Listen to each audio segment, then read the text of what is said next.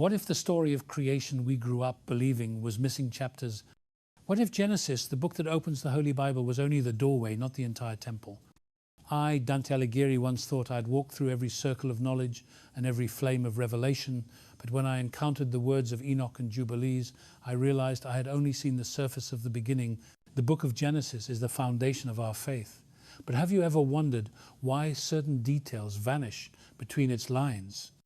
Why the story of angels descending, of forbidden unions, of divine order collapsing into chaos is told only in fragments? These are not myths. They are echoes of truth torn from the scrolls of time.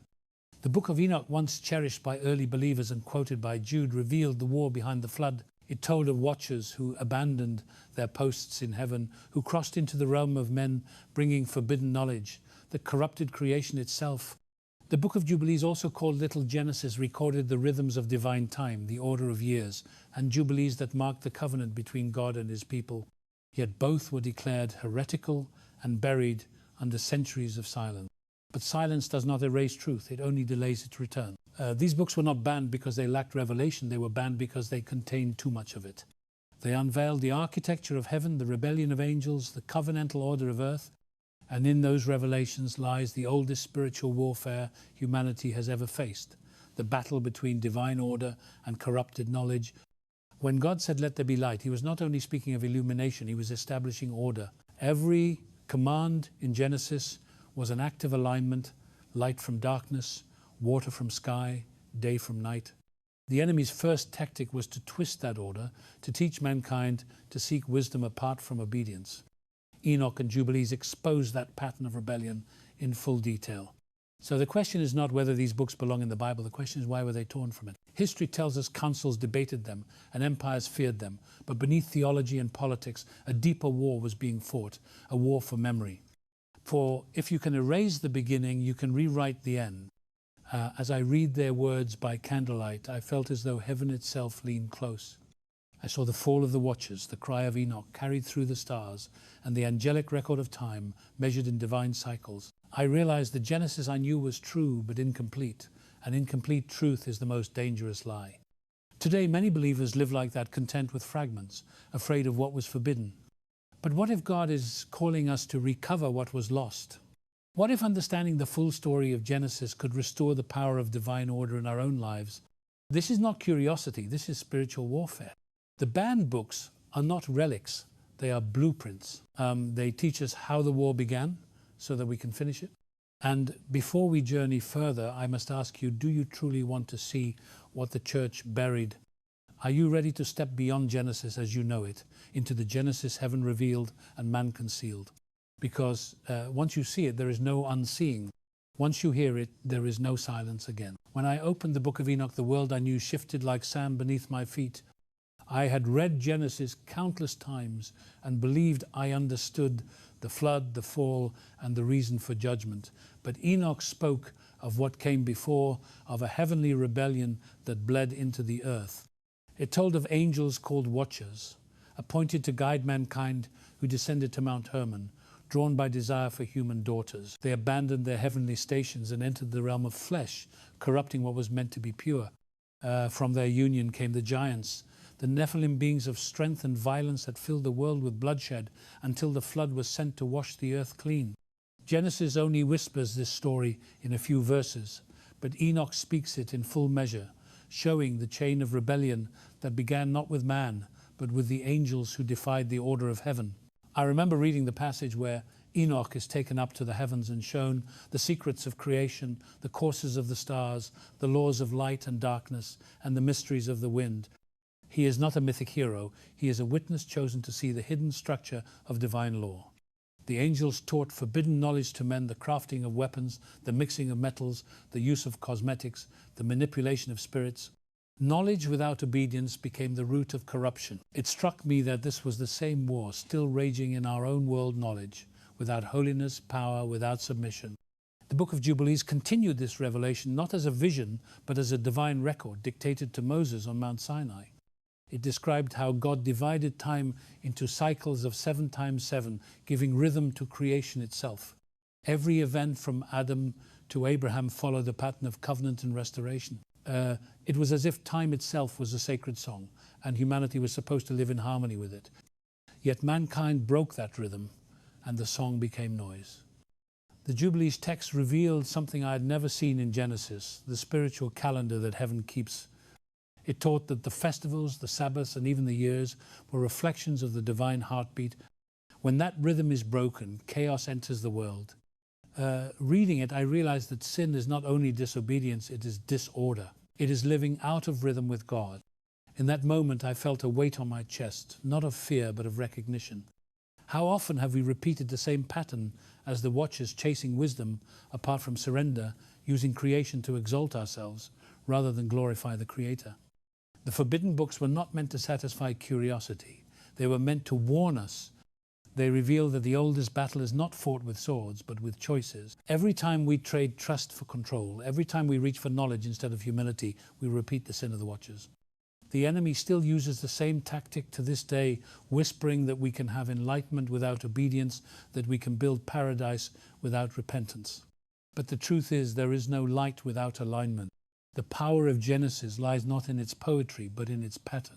Creation itself follows order, separation, alignment, and purpose. When the watchers broke that pattern, corruption entered the human story, and the flood became the inevitable cleansing of divine justice. Enoch saw this from above. He interceded for the fallen angels, begging for mercy, but God refused.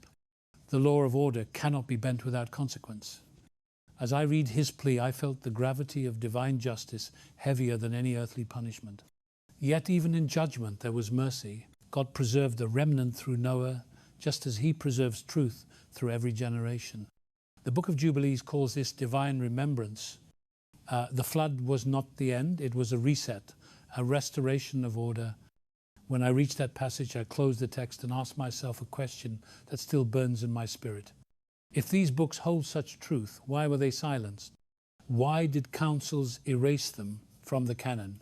History tells us fear played a role, but I believe it was deeper. These texts remind humanity that sin is rebellion against divine order, and that the kingdom of darkness begins when man refuses alignment with heaven.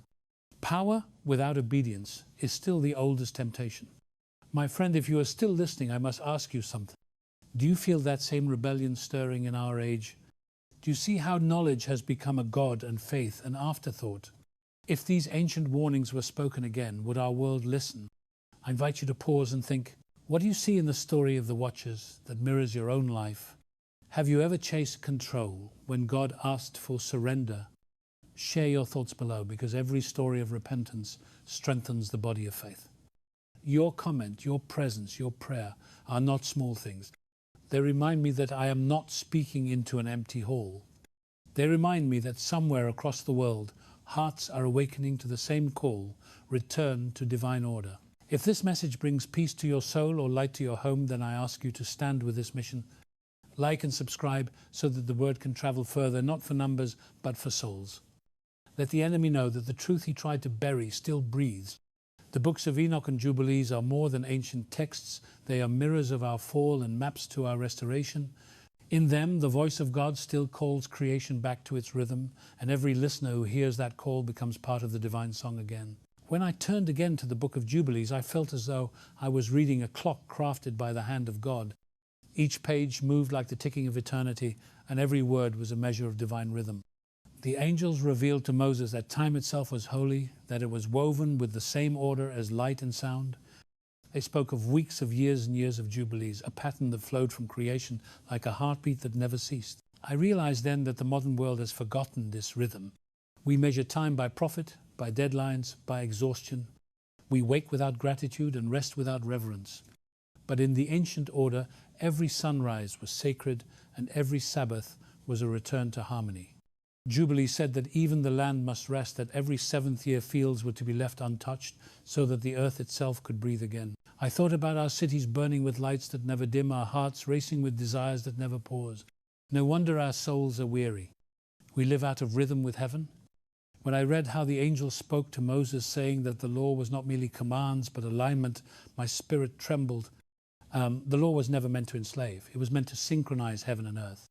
The Sabbath was not a rule. It was a reminder that we are not machines, but creations made in the image of rest. Jubilees revealed that the festivals of Israel were not human inventions, but divine echoes of heavenly celebration.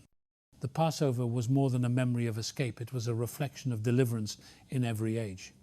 The Feast of Trumpets was not only a call to gather, it was the sound of awakening across generations. When I understood this, I felt a deep sorrow for how easily we have replaced divine rhythm with worldly noise. We rush, we compete, we fill our minds with endless motion and call it progress, yet our hearts grow hollow.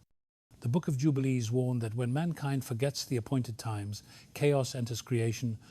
I looked around at the world of my own time and saw that warning fulfilled. Men wage wars against the soil, against the body, against truth itself. We celebrate exhaustion and call it strength. We exalt rebellion and call it freedom. The rhythm is broken. In the Book of Jubilees, the angel said that each generation has a chance to restore alignment, but few will listen because the enemy always offers faster music and louder drums.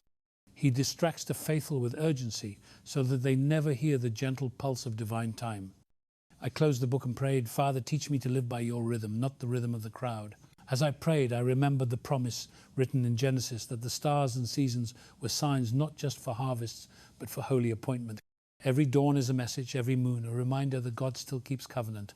Yet how many of us notice we rise, check our screens, chase our plans, and fall asleep in silence. The sacred becomes ordinary, the calendar becomes a cage, but the angel told Moses that time is a servant, not a master. Those who walk with God redeem time because they live within its divine pattern. I began to see that the missing books do not compete with Genesis, they complete it. Genesis shows creation born in order. Jubilee shows that order preserved through rhythm. The enemy cannot destroy creation, so he corrupts its timing. He turns worship into entertainment and patience into boredom. But when we return to divine rhythm, life begins to sing again. Every act of obedience becomes music. Every moment of gratitude becomes harmony. I saw that even repentance has rhythm. It begins with conviction, then surrender, then renewal. Every story of salvation follows the same pattern because God never changes his melody. I wrote these things in my journal as if carving them into stone. I wanted to remember that my life must keep beat with heaven. For when I follow the rhythm of the world, I lose peace. But when I follow the rhythm of God, I walk in victory. The Book of Jubilees called this the law of cycles. And I believe it still beats within creation, waiting for believers to listen. My friend, if you hear this now, pause for a moment. Breathe slowly and remember that you were not made for hurry, you were made for harmony. Look at your own days. How many are ruled by noise instead of prayer? When was the last time you rested, not out of exhaustion, but out of reverence? Write below what the word rest means to you, because in sharing it, you help others remember. If this message stirs something inside you, then do not keep it hidden. Like this video, share it, subscribe, and let this truth travel farther.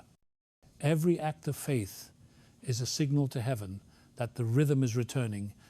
The world may mock the Sabbath, but those who honor it reclaim their peace. The books of Enoch and Jubilees were banned from men, but not from God. Their words still breathe like an ancient drum, calling every soul back to alignment. And I believe that when enough hearts return to that rhythm, the sound will rise like worship. The heavens will hear, and the earth will remember its song. As I studied further, I began to see that the fall of the Watchers was only the beginning of a deeper corruption that moved through generations.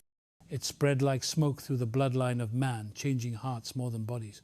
Genesis speaks of Cain and Abel and how envy birthed the first murder, but Enoch and Jubilees describe how that spirit of rebellion took root and multiplied.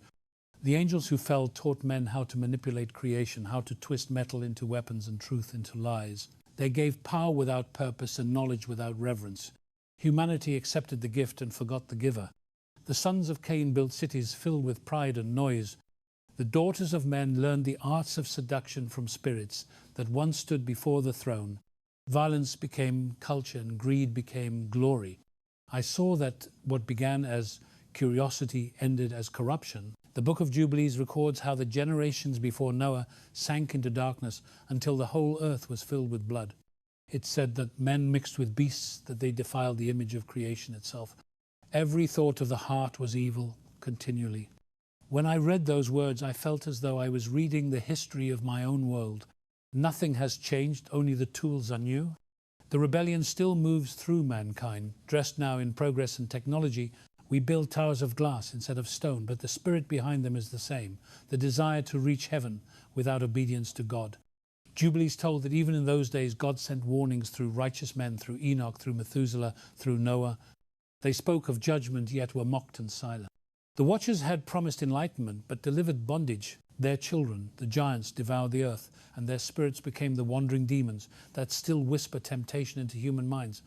When I first read this, I trembled because I saw that sin is never content to exist alone. It seeks to reproduce, to spread, to inherit. What began as rebellion among angels became inheritance among men. The forbidden knowledge became bloodline and culture. The world forgot its maker, yet even then mercy remained. God appointed Enoch as a witness, not to destroy but to warn. He was shown the chambers of heaven and the prison prepared for the fallen ones. He saw the judgment already written, yet he interceded for them until God commanded him to stop. The moment of grace ended and the flood began. Water became the weapon of cleansing. When I meditated on that, I understood that judgment is not cruelty, it is correction.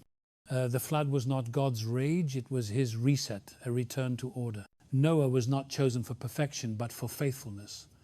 He obeyed when others mocked, and that obedience became a doorway for the world to begin again. As the rain fell and the waters rose, I could almost hear the rhythm of heaven pounding against the noise of rebellion. Jubilees wrote that the flood lasted exactly 1 year to the day, as if to show that even in judgment, time was measured by divine order. Nothing God does is random. Every act of wrath is wrapped in mercy. After the flood, Noah offered sacrifice and God made covenant, promising never again to destroy the world by water. Yet the covenant also warned that the heart of man had not changed. The rebellion was drowned but not dead. It would awaken again in Nimrod, the hunter who built Babel. The same desire to ascend without submission returned in a new generation. And so the pattern continued, rebellion, restoration, and rebellion again. I began to see this pattern not as history, but as prophecy. Every empire that rises without God falls the same way. The Tower of Babel was not only a monument of pride, it was the first symbol of global unity against heaven. I saw in its stones the blueprint of our modern world nations, united in technology, but divided in spirit. Languages may differ, but the arrogance is the same. We seek control of creation while rejecting its creator. My heart grew heavy because I realized this war was never about religion, it was about order. The enemy wants chaos, because chaos hides truth. When there is confusion, there is no alignment, and when there is no alignment, there is no power. The books of Enoch and Jubilees show that God always preserves a remnant, a family, a small line through which his rhythm continues.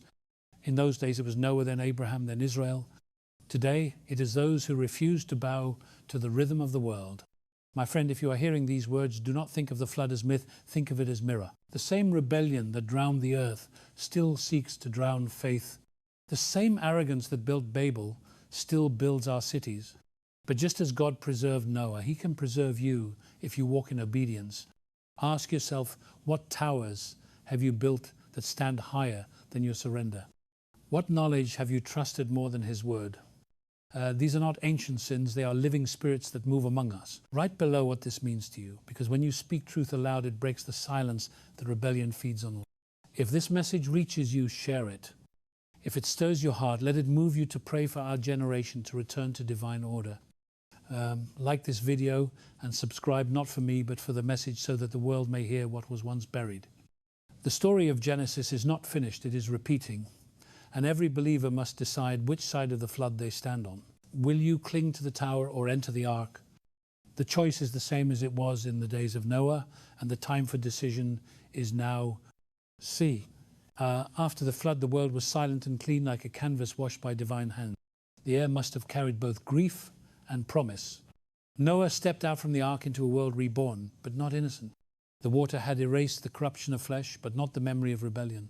The heart of man still carried the echo of the watchers. God placed the rainbow in the sky as a seal, a covenant of mercy that bound heaven and earth in color and light. I often wonder if Noah felt the same awe that I feel when reading these words, the knowledge that mercy is written even into the clouds. The book of Jubilees explains that this covenant was more than a promise. It was a renewal of order.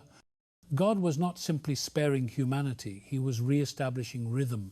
The seasons would never cease. The cycles of seed time and harvest would continue as reminders that creation itself is governed by divine balance. But even with that covenant rebellion still whispered, the sons of Noah spread across the earth carrying both blessing and pride. Ham mocked his father, and the curse of dishonor entered his line. From Ham came Cush, and from Cush came Nimrod, the mighty hunter who built the first kingdoms. The book of Jubilees describes how Nimrod turned the bow of a hunter into a weapon of empire. He led men to build the Tower of Babel, not merely of stone but of spirit. They said, "Let us make a name for ourselves and reach the heavens." It was the same sin as the Watchers, the desire to rise without obedience. God scattered their language to preserve the truth, because unity without righteousness leads only to tyranny. I felt a deep fear when I read that passage, because I saw in it the reflection of our own age. We are again building towers of human achievement, calling them progress, but they reach no heaven. We connect our world with wires and signals, yet our hearts are more divided than ever. The pattern continues: rebellion, then mercy, then rebellion again. But in that endless cycle, God always calls one man to begin anew. In the days after Babel, he called Abram from the city of Ur to walk by faith. The book of Jubilees gives more detail than Genesis, describing how Abram as a child refused to bow to idols, how he smashed the statues of his father's gods and sought the Creator whom his heart already knew. I could see the young man standing in the dust beneath the stars, feeling that unseen presence, calling him out of comfort into covenant. When God said, "Go to the land I will show you," he was not giving a location, he was offering alignment. Abram obeyed, and through his obedience, the rhythm of heaven began again. The covenant with Abram was the next chapter of divine order. God promised descendants as numerous as the stars and land that would bear his name. In return, Abram offered faith, and the sign of that faith was blood. Circumcision was not cruelty, it was a mark of remembrance, a seal that flesh itself must submit to spirit. Jubilees explains that the covenant of blood tied man's body to God's order, reminding every generation that the promise was not theory, but life itself. As I pondered this, I realized that every covenant God makes has three parts: revelation, sacrifice, and remembrance.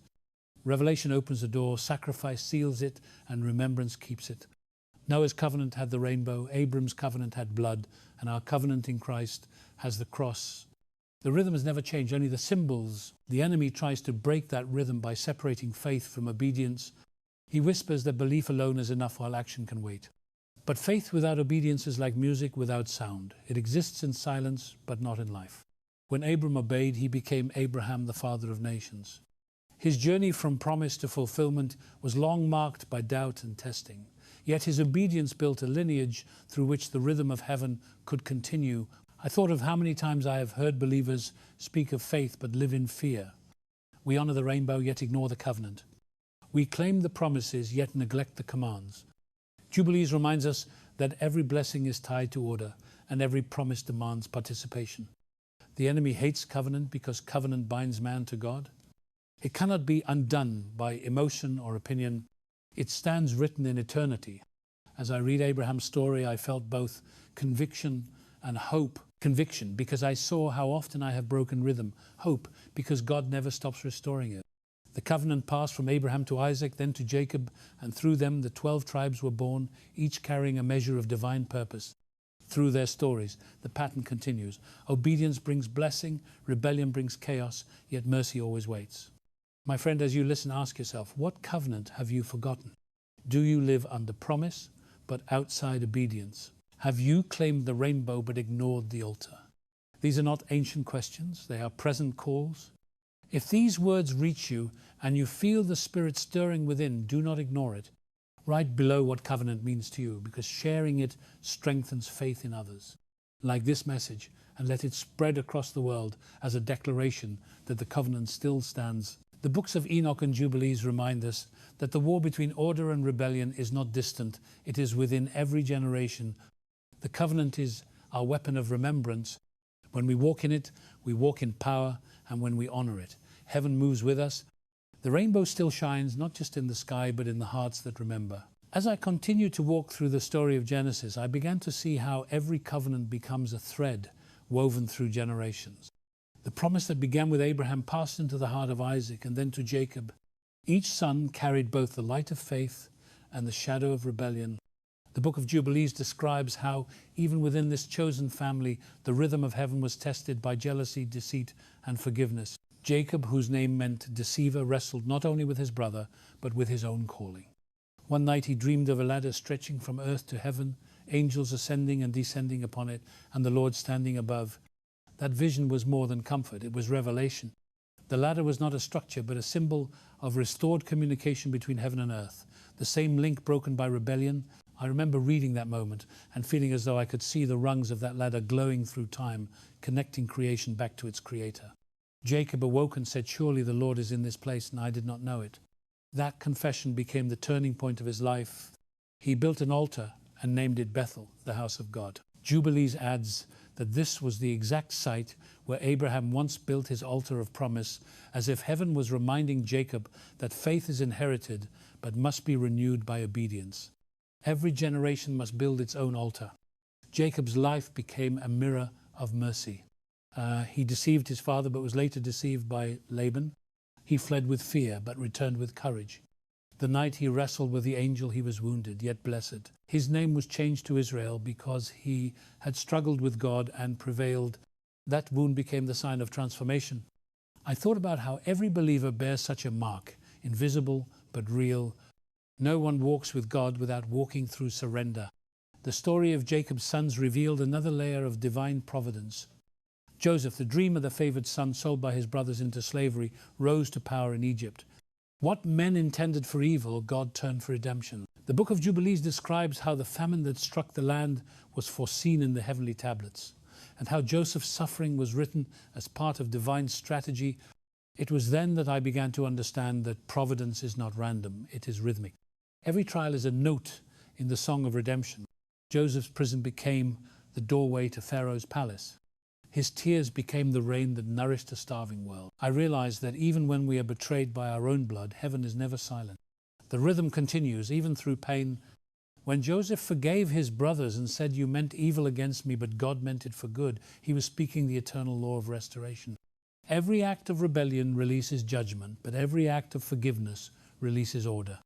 The enemy builds towers of pride. God builds families of mercy. I looked at the world around me and saw how this truth still breathes. People still sell each other for silver, still betray innocence for gain, yet God still turns prisons into platforms and ashes into altars. The book of Jubilees explains that during those years of famine, Joseph kept the Sabbath, even in the court of Pharaoh. While the world sought bread, he remembered the rhythm of heaven. That faith preserved not only his soul, but his lineage. It was because of that obedience that Israel survived. And Egypt was blessed. I found myself whispering a prayer, "Father, teach me to remain faithful in foreign lands, to keep your rhythm, even when surrounded by idols." For every believer must live as Joseph did, holy in the midst of corruption, faithful in the midst of power. Joseph's story is not about success, it is about surrender. He ruled Egypt, yet remained servant to God. Jubilees ends that chapter by saying that Joseph's bones were carried out of Egypt as a sign that the covenant would not die in captivity. Even death cannot silence divine promise. When I closed that passage, I felt a strange peace. I understood that God writes redemption across generations, and what we call coincidence is often choreography. Providence is the unseen conductor guiding the symphony of history. Sometimes he allows betrayal to awaken forgiveness. Sometimes he allows famine to prepare abundance. If you are listening to this, my friend, remember that the pain you carry might be part of a greater pattern. The pit that held Joseph was not the end, it was the beginning of restoration. What seems like delay might be discipline. What feels like loss might be preparation. If this story touches your heart, write below what part of Joseph's journey speaks to you. Have you seen God turn pain into purpose? Share it, because your testimony becomes a light to another traveler on this road. Like this video, subscribe and stand with this mission to reveal that the rhythm of heaven still governs every storm. The world may mock faith, but heaven honors endurance. The books of Enoch and Jubilees remind us that nothing escapes the order of God, not even the darkness. His providence flows through rebellion, through exile, through prison, and through palace. Every faithful heart becomes part of that rhythm, and every act of obedience becomes a note in his eternal song.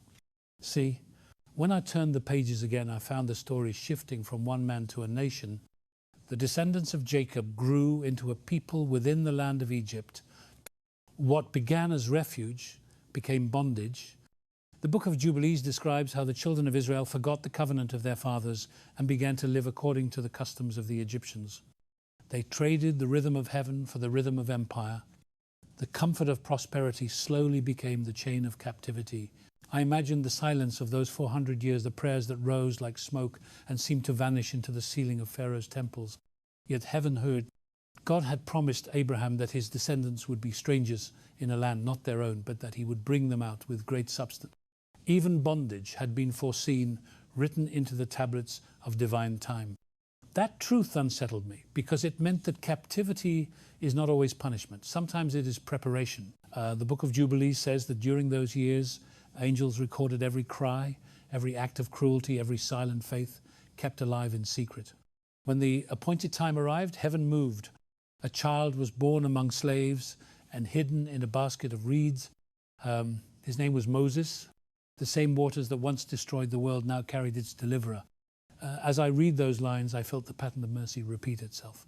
Judgment followed by deliverance.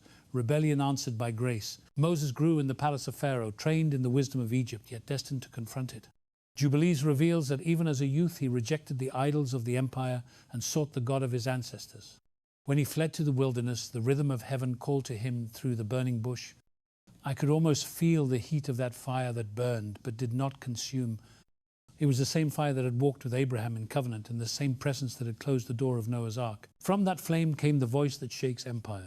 Let my people go. Those words were not only a command to Pharaoh, they were a declaration to every generation enslaved by the systems of the world. I thought of how many today still live in Egypt, though no chains are visible. Some are bound by greed, some by fear, some by comfort. The enemy no longer needs whips when he has distractions. We build our own pyramids of ambition and call them success, yet the soul remains captive. The book of Jubilees reminds us that deliverance is not only escape, it is realignment. God did not lead Israel out of Egypt to make them free in flesh, but to make them faithful in spirit. Freedom without order becomes rebellion again. When Moses led the people through the Red Sea, the waters parted as if creation itself remembered its maker. The sea stood in rhythm with heaven, obeying the command of the one who had spoken it into being. That image stayed with me because it shows that even nature listens when men return to obedience. The same power that divides seas still divides truth from lies, light from darkness. When the people crossed, they sang, but soon they complained. They desired freedom without faith. The pattern continued, the same cycle, rebellion, restoration, rebellion, again. Jubilees records how God fed them with manna each day to teach dependence, yet they longed for the food of Egypt. It was as if slavery had become a comfort. I realized then that captivity is not broken by miracles alone, it is broken by memory. The people had forgotten who they were and whose rhythm they belonged to. Without remembrance, freedom fades. I looked at the world around me and saw the same spirit of Egypt living still. We worship our own pharaohs of power and technology and bow to the golden calves of pleasure and control. We call sin enlightenment and obedience oppression, yet even now the voice of God still calls, "Let my people go." I felt conviction rise within me because I too have built altars of convenience and called them wisdom. Deliverance begins when we admit our own Egypt. The angel told Moses that the purpose of freedom was worship, to bring the people to the mountain where heaven and earth would meet again. Freedom is not escape, it is invitation. When Israel reached Sinai, the same fire descended upon the mountain that had burned within the bush. The covenant was renewed in thunder and cloud. The law was written not to bind but to align. I understood that the rhythm of heaven had found its echo again. My friend, if you are hearing this story, ask yourself, what is your Egypt? What comforts hold you from obedience? What Pharaoh rules your thoughts? Write below what freedom means to you, because your words might awaken another soul still waiting for deliverance. Like this message and share it so that others may remember that the God who parted the sea still breaks chains today. The books of Enoch and Jubilees remind us that bondage always begins with forgetfulness, and deliverance begins with remembrance. The world still offers golden idols, but the Spirit still offers fire. Choose which light will guide you, for the voice that called Moses still speaks, and every heart that listens becomes a burning bush that cannot be consumed. When the people of Israel stood before Mount Sinai, they saw lightning on the mountain and heard thunder rolling like the heartbeat of heaven. The air was filled with smoke and fear. I imagined their faces trembling before that holy fire as Moses climbed into the cloud to meet the Creator. The book of Jubilees records that angels descended with him and revealed the heavenly tablets where the commandments were first written. Every law that would guide Israel already existed in heaven before it was spoken on earth. The 10 Commandments were not inventions. They were reflections of eternal order. As I read this, I felt a quiet awe, because it meant that morality is not opinion, it is architecture. The same God who separated light from darkness also separated truth from deceit, faith from idolatry. The law was not a burden, but a boundary protecting the rhythm of heaven within the human heart. Jubilees explains that the law was given so that man could live in harmony with creation itself, so that justice and mercy would dwell together. Yet even while Moses was receiving the commandments, the people below were forgetting. They grew restless, waiting for the unseen, and began to shape what they could see. They gathered gold and molded it into the image of a calf. When I reached that passage, I could almost hear the drums of rebellion beating at the foot of the mountain. They called the idol by the name of God and said, "This is who brought us out of Egypt." It was the same lie whispered by the watchers: knowledge without obedience, worship without surrender. I thought about how easily humans trade the invisible for the visible, how quickly we turn miracles into memories. The mountain was still burning with divine presence, yet their hearts burned for something they could touch. When Moses descended with the tablets in his hands and saw the idol, he shattered the stone, not out of rage but revelation. The covenant was broken before it was even sealed. Jubilees writes that this moment grieved heaven, that angels recorded the sound of rebellion echoing like thunder across creation. I realized then that idolatry is not only bowing to statues, it is trusting anything more than God. It is the oldest sin wearing a new disguise. Today, the golden calf is no longer an image of metal. It is the image of self. We worship comfort. We worship status. We worship control. We shape gods that serve our desires and call it spirituality. The book of Jubilees warns that every generation will face its own idol, and the only cure is remembrance. Moses ground the golden calf to dust, mixed it with water, and made the people drink it so that they would taste the bitterness of their own rebellion. The law was then written again a second time as proof that mercy still triumphs over judgment. I saw in that act the reflection of my own soul. How many times have I broken covenant and yet been allowed to begin again? The same God who wrote on stone now writes on hearts. The rhythm continues, grace followed by law followed by grace. I read how Moses pleaded for the people and how God revealed his name as merciful and gracious, slow to anger, abounding in steadfast love. That moment felt like sunrise after storm. It taught me that even when the covenant is shattered, heaven still offers restoration. But the warning remains clear. When the people forget, they fall.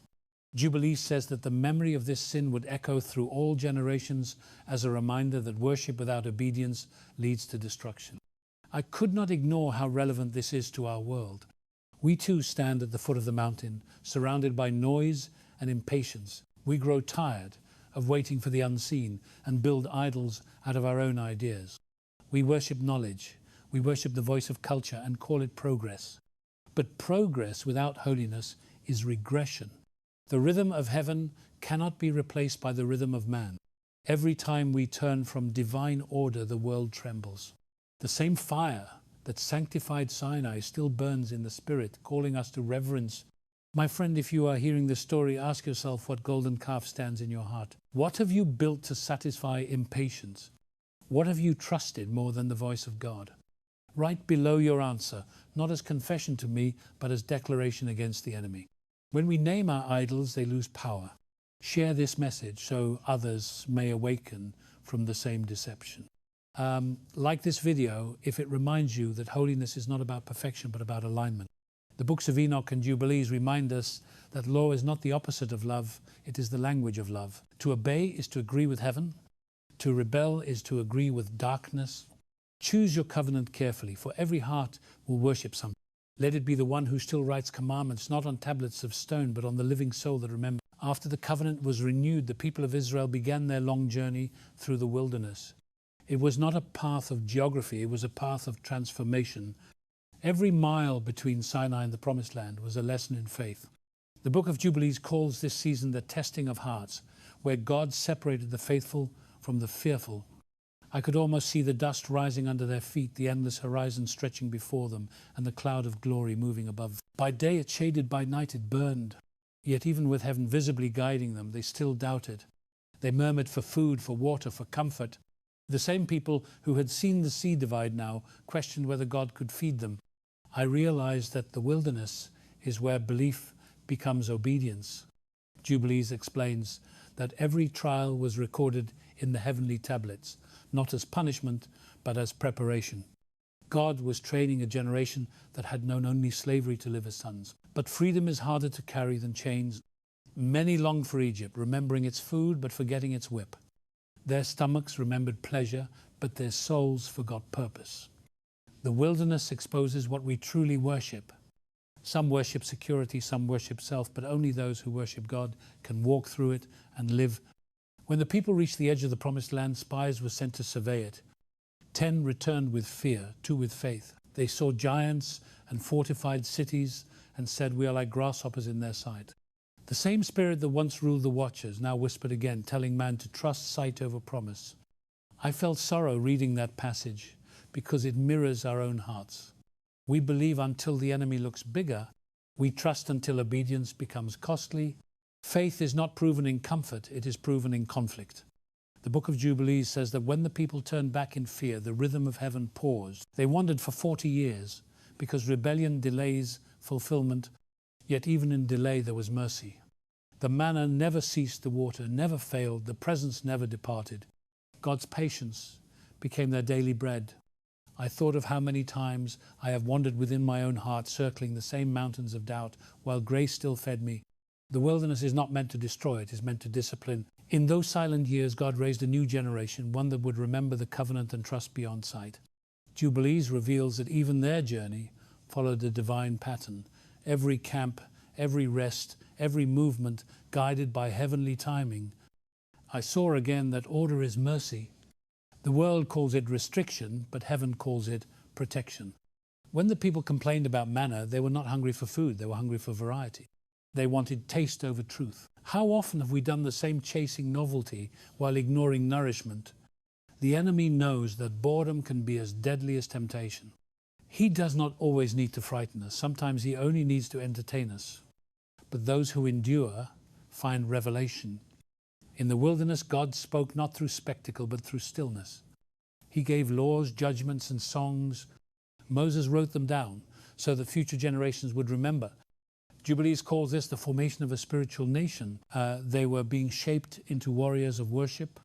I began to understand that the wilderness is not absence of God, it is the classroom of faith.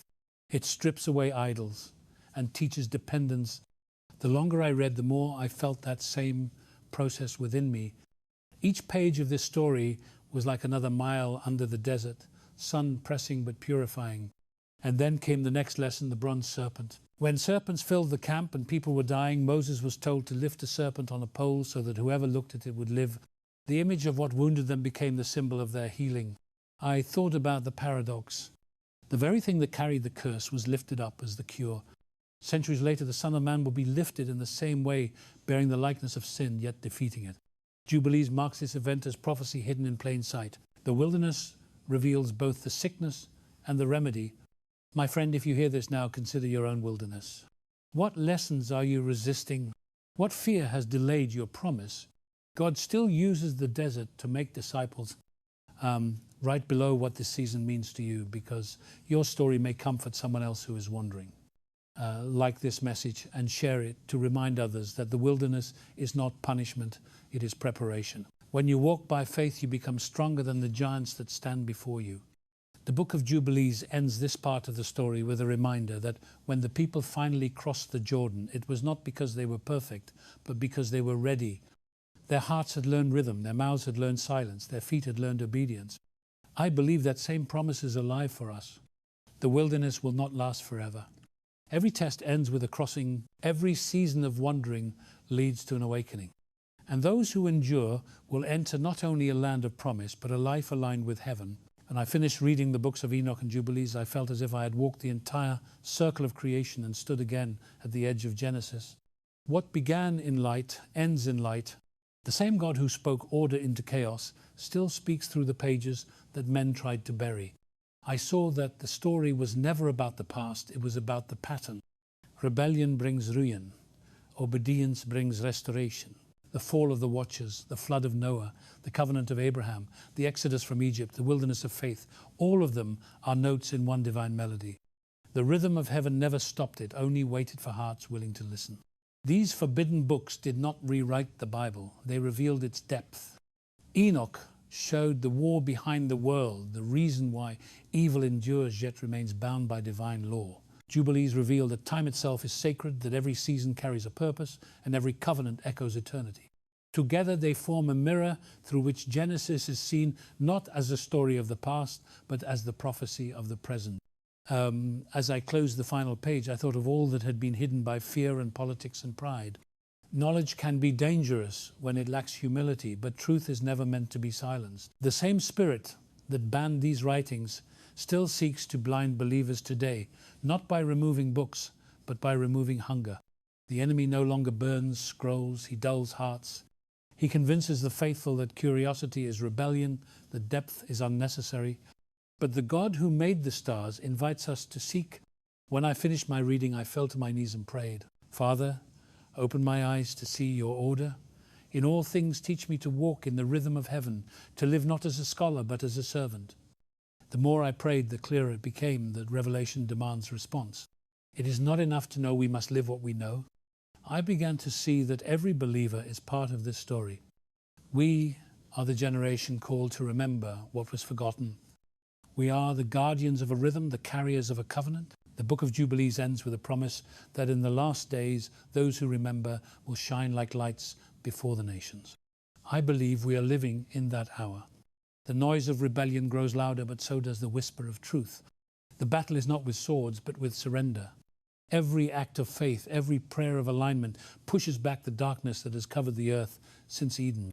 My friend, if you have walked through the story with me, then you have seen what many have ignored. The beginning was never just history, it was a blueprint. The same order that shaped creation can reshape your life. Ask yourself, are you living in rhythm with heaven, or are you still dancing to the rhythm of the world? The choice has always been the same: light or shadow, obedience or pride, covenant or chaos. I challenge you now to choose. Take the truth you have heard and let it become action. Study the word with new eyes, seek God with new fire. Share this message so that others may awaken. Comment below what part of this journey changed your heart. Like and subscribe, not for numbers, but to keep this flame alive. Let the world know that truth cannot be banned. The books of Enoch and Jubilees still speak, and their message is clear. The beginning is not finished until we live it. And when the children of God return to divine order, creation itself will sing again, and the earth will remember its maker.